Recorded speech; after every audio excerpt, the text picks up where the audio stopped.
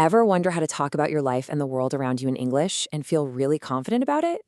Well, it all boils down to one simple tool.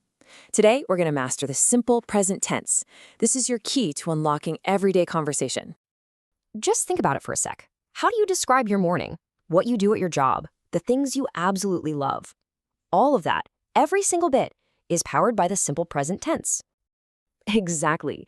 The simple present is for stuff that's regularly true, from brushing your teeth every morning to the fact that the sun rises in the east. It's basically the language of your day-to-day life.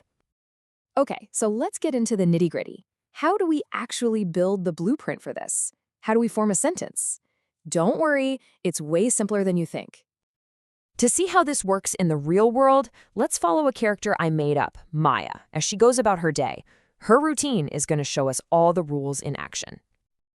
All right, listen up, because this is the single most important rule to remember. For subjects like I, you, we, and they, the verb just stays the same. But for he, she, or it, we got to add an S. Let me show you what I mean. See? Since Maya is a she, the verb wakes gets that all-important S. Maya wakes up at 7 a.m. It's a tiny change, but it makes all the difference. And you'll see this pattern everywhere. He works, she watches, it rains. Seriously, once you get the hang of adding that S, you've basically mastered the core of the simple present. Okay, so we know how to build it. But the next big question is, when do we actually use it? Well, there are three main situations for talking about habits, facts, and feelings. First up, habits and routines. Think about the things you do over and over again. For instance, Maya drinks tea every morning. That little phrase, every morning, is a huge clue that tells us it's a routine, making the simple present the absolute perfect choice. Second, we use it for facts, or just general truths. So as Maya is making her tea, we can state a scientific fact. Water boils at 100 degrees Celsius. This isn't just true today. It's always true. And finally, we use it for feelings, for our likes and dislikes. For Maya, it's not just a habit. It's something more. She loves reading books. This tense lets us share what's going on inside our heads.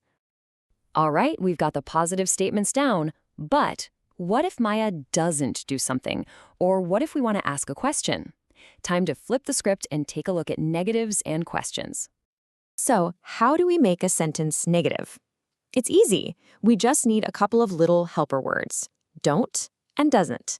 The rule is simple. You use don't for I, you, we, and they, and you use doesn't for he, she, and it. Let's break down this pattern. A positive sentence is she likes coffee. To make it negative, we add doesn't, but notice this, the S on likes totally disappears. It becomes she doesn't like coffee. For a question, we just move that helper word to the front. Does she like coffee? It's a really consistent system once you see it. Okay, enough of me just talking at you. Let's make sure this is actually sinking in. It's time for you to apply what we've just covered. You ready? Here we go.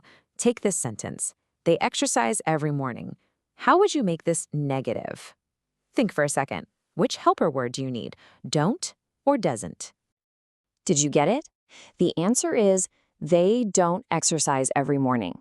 Because the subject is they, we use don't. Nice work if you got that one right.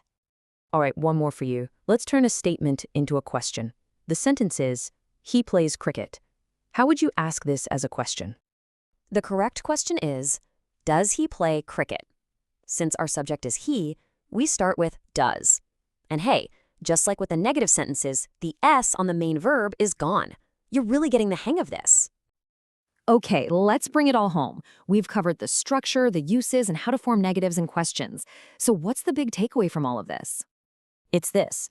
The simple present isn't just some boring grammar rule. It's the key.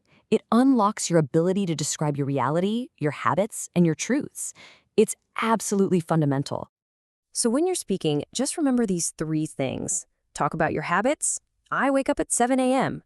State the facts. The sun rises in the east. And share your feelings. I like chocolate. Simple as that. And that brings us to our final thought. Let's forget about Maya for a moment. Right now, using what you've just learned, what's one simple, true sentence you can say about your own day? Go on, give it a try.